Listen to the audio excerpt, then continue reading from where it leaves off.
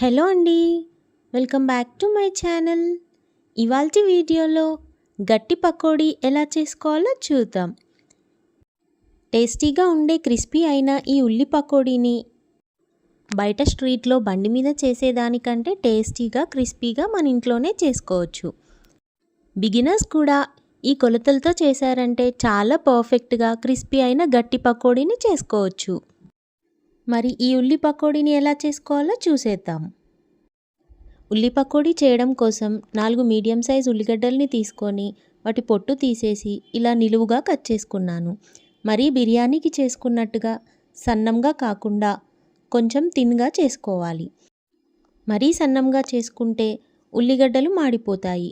అందుకే ఇలా థిన్‌గా చేసుకొని ఒక గిన్నెలోకి తీసుకొని అందులోకి వాటర్‌ని యాడ్ చేసుకోవాలి.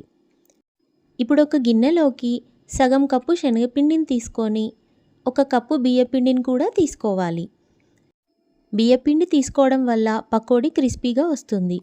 బియ్యపిండి తీసుకున్న తర్వాత అందులోకి 2 టేబుల్ స్పూన్ కారం వేసుకోవాలి. 1 టేబుల్ స్పూన్ సాల్ట్ వేసుకోవాలి. సాల్ట్ మీ టేస్ట్కి తగినంతగా వేసుకోండి. అన్నీ వేసుకున్న తర్వాత పిండిని మంచిగా కలుపుకొని ఆ తర్వాత ఉల్లిగడ్డ ముక్కల్లో ఉన్న వాటర్ అన్నీ వంపేసి ఆ ఉల్లిగడ్డ ముక్కల్ని ఈ పిండిలోకి తీసుకోండి. మనం ఈ పకోడీలోకి వాటర్ని యాడ్ చేసుకోవట్లేదు.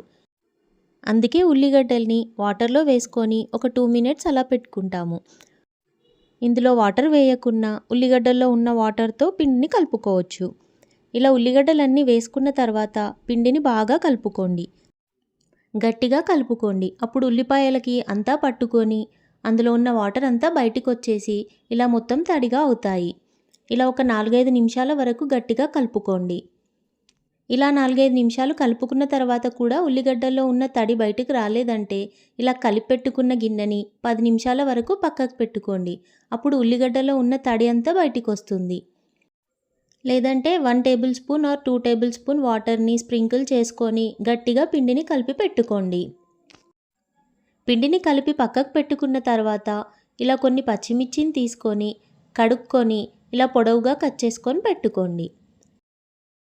ఇప్పుడు స్టవ్ ఆన్ చేసుకొని కడాయి పెట్టుకొని డీప్ ఫ్రైకి సరిపడా ఆయిల్ని అందులో తీసుకోండి.